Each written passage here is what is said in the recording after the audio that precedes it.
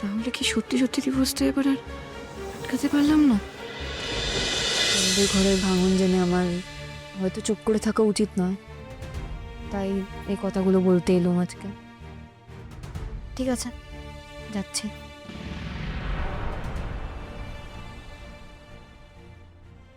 ভালো উকিল পেয়েছো তুমি। ফিস দিয়েও এত ভালো উকিল পাওয়া যায় না। তোমার বুদ্ধির প্রশংসা করতে হয়।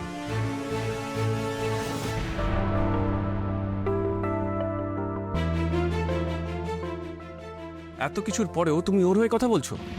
তুমি কি মহৎ হতে চাইছো? সবাইকে তুমি দেখাতে চাইছো যে তুমি কত উদার। যে তোমার বিরুদ্ধে এত নোংরা ষড়যন্ত্র করছে তাকে তুমি কত সহজে মাফ করে দিচ্ছ। না গো, তোমাকে কি করে বলি, নিজেকে যে আমার বাড়ির দোষী মনে হচ্ছে। মহৎ আমি হতে চাই না, আমি শুধু চাই তোমরা সুখী হও।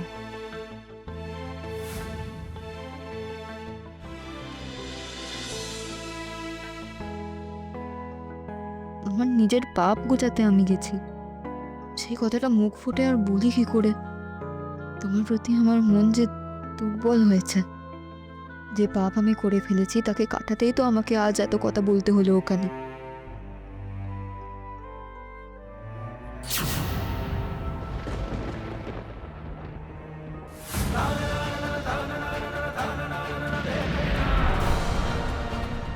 চুপচাপ গাড়িতে উঠে এসো, কথা আছে।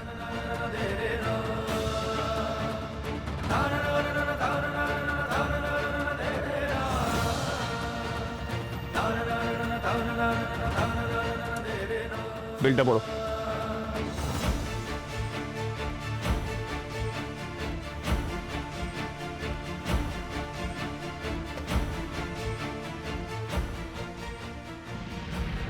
নাদবু, তোমার যদি এতটুকু লজ্জা থাকে, তোমার যদি এতটুকু মনুষ্যত্ব বোধ থাকে, এতটুকু কৃতজ্ঞতা বোধ থাকে, তাহলে লাজুর ক্ষতি আর করো না। আমি জানি না কৃষ্ণ তোমার ব্যাপারে কি সিদ্ধান্ত নেবে, কিন্তু সে যা সিদ্ধান্ত নেবে সেটাই আমরা সবাই মেনে নেব। তার উপর আমরা আমাদের কোনো সিদ্ধান্ত চাপানোর চেষ্টা করব না, সেটাই আমার ধারণা। সে যদি লাজুর কথার মান রেখে তোমার সাথে সম্পর্ক রাখার সিদ্ধান্ত থেকে পিছিয়ে আসে, তাহলে আমরা কেউ আপত্তি করবো না তোমার এই বাড়িতে থাকায়। কিন্তু সে যদি স্থির করে তোমার সঙ্গে আর থাকবে না, তাহলে তোমাকেও সেটা মেনে নিতে হবে। হ্যাঁ, আর প্লিজ বনলতা, জোর করে এই বাড়িতে থেকে কৃষ্ণর ওপর আর চাপ দিও না।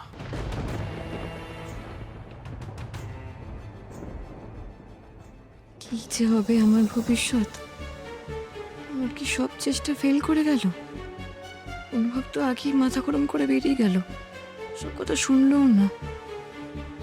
তাহলে কি সত্যি সত্যি ডিভোর্সটা এবার আর আটকাতে পারলাম না?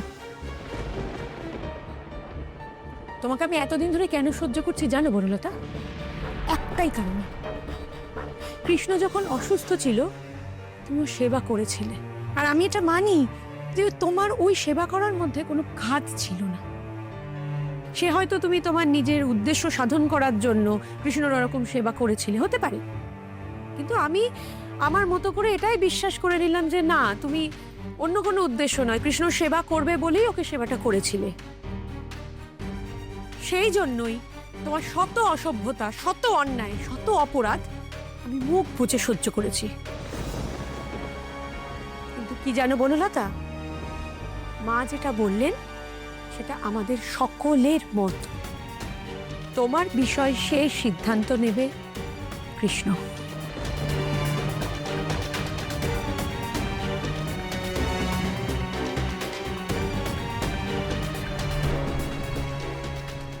আজ কিন্তু লাজু যেটা করেছে সেটা ঠিক না। ছোট বৌদির সবকিছু জেনেও এভাবে সকলকে ওর জন্য ইনফ্লুয়েন্স করার চেষ্টাটা আমি জাস্ট মানতে পারছি না। ছোটদা ভাই যেটা বলেছে একদম ঠিক বলেছে। মহৎ, লাজু মহৎ হতে চাইছে। এর আগেও একই কাণ্ড করেছে। বারবার ছোট বৌদির সবকটা অপরাধ এভাবে ক্ষমা করে তোমরা কিন্তু ওকে একটা আরো বড় ক্রিমিনাল তৈরি করছো, এটা আমি বলে রাখলাম। ও এই বাড়িতে থাকবে আর ছোটদা ভাইয়ের জীবন তছনছ হয়ে যাবে।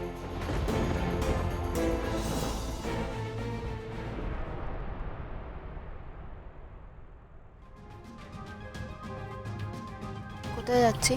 যার নামে আমার জীবনটা যেখানে তুমি ঠেলতে চাইছো, আজকে আমি তোমাকে সেখানেই নিয়ে যাব। আমি চাই সেই জায়গাটা কেমন তুমি এক্সপিরিয়েন্স করবে। তুমি একটু গাড়িটা থামাও দয়া করে।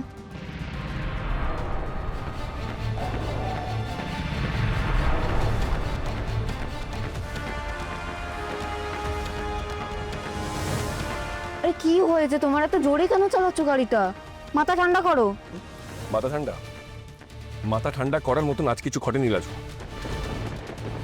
তুমি আজকে যা ঘটিয়েছো তাতে তুমি যে আমার মাথা ঠান্ডা করতে চাও সেটা আমার মনে হয়নি। তুমি আমাকে নরকের পথে ঠেলে দূরে দাঁড়িয়ে মজা দেখতে চাইছো? আমি তোমার হাতের পুতুল নাকি? আমি একটা ডিসিশন নেবো আর তুমি এসে সেটার উপর দিয়ে কিছু একটা অ্যানাউন্স করে বাড়ি শুদ্ধ সকলকে কনভিন্স করে আমাকে আমার ডিসিশনকে উল্টে দিতে চাইবে, আর আমি মাথা ঠান্ডা করে রাখবো? সেটা কি করে হয় লাজু? না, তুমি আমাকে ভুল ভাবছো, ভুল বুঝছো তুমি আমার। আমি শুধু চাই সব ঠিক হয়ে যাক, সব স্বাভাবিক হয়ে যাক। আমি একদম ঠিক ভাবছি, একদম ঠিক বুঝছি তোমাকে। আমি বুঝে গেছি তোমার জীবনে তোমার মুহূর্তটাই সব। আর কোনটা স্বাভাবিক? আমার জীবনে কোন অংশটা স্বাভাবিক?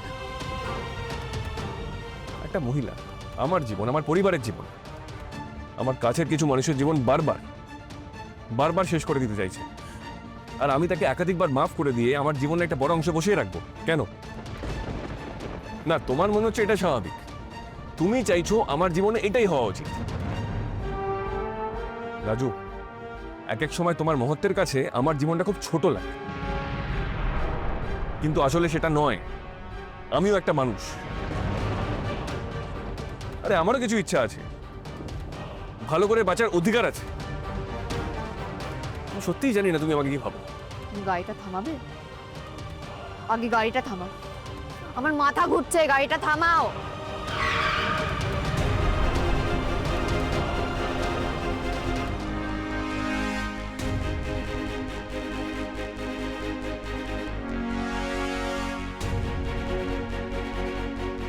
ভয় করছে?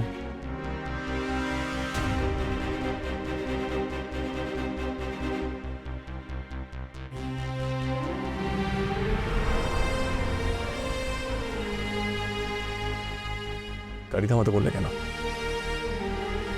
ভয় করছিল? মরে যাওয়ার ভয় তো?